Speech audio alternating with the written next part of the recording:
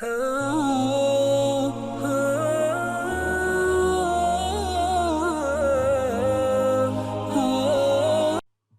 we need to also understand the publishing workflow. The theme of today's webinar is strengthening the research workflow or research planning. And we need to very well understand where do we start our planning from, right? So what is the ultimate aim of doing research? The ultimate aim of doing research is to find something exciting and communicating it with the wider audience so that others may take advantage of it and do something even better, right? And of course, it is to get recognition. Now, a lot of users like you face a lot of issues with publishing or submitting your articles, or you face a lot of rejections and you have a lot of questions around is my article being rejected? What did I not do right? I followed all the instructions, still my article is not being considered.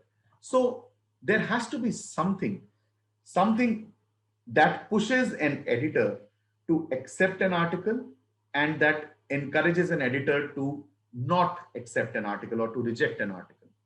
So if we could understand what the editor wants, we can actually take better decisions very early in our career, which can help us solve these issues later on. So this on the right hand side is a typical research or publishing workflow. Now, what happens in a publishing workflow is once you complete a research article, once you start, complete writing your article, you submit it to a journal. The first place where the journal goes is to the journal editor.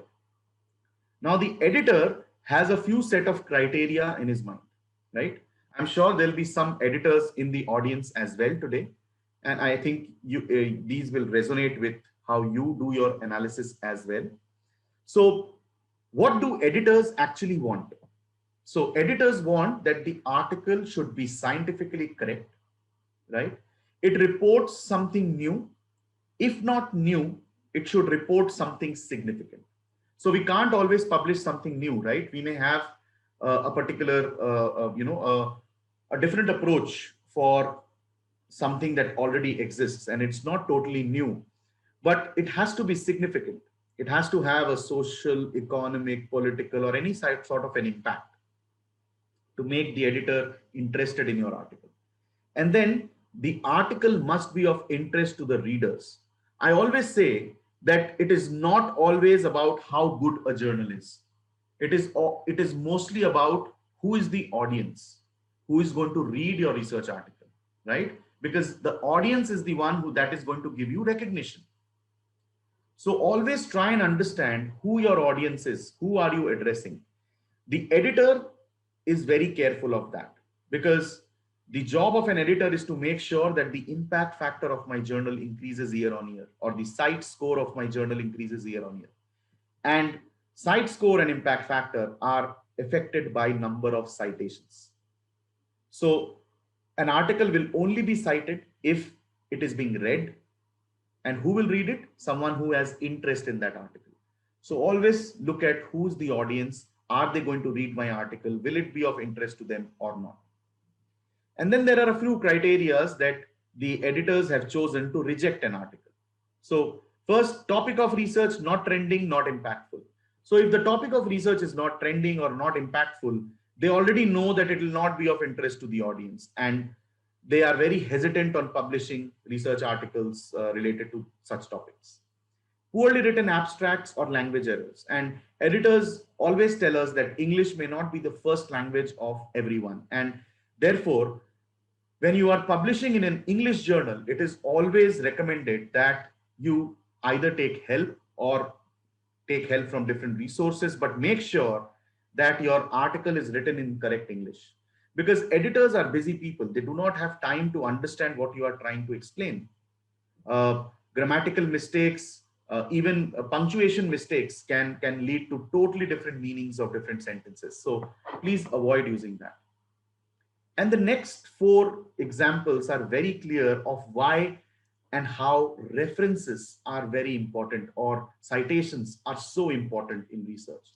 So editors will want to look at the self citations. So are you citing yourself unnecessarily, irrelevantly, right? That is also a big concern. The poor geographical distribution of citations. Are you only citing articles from Pakistan? Are you citing articles from other parts of the world or not? Very important, because the editor wants to know whether you have done good research. Have you read articles from different parts of the world or not? Then recent articles or oldest articles not cited. I told you in the beginning, both recent and older articles are very important. And you need, when you do a literature review, you must study what has happened in the past, what is currently happening, what can happen in the future. All the three parts have to be covered. And then leading scientists and top journal articles not cited. This is again something which is very, very important.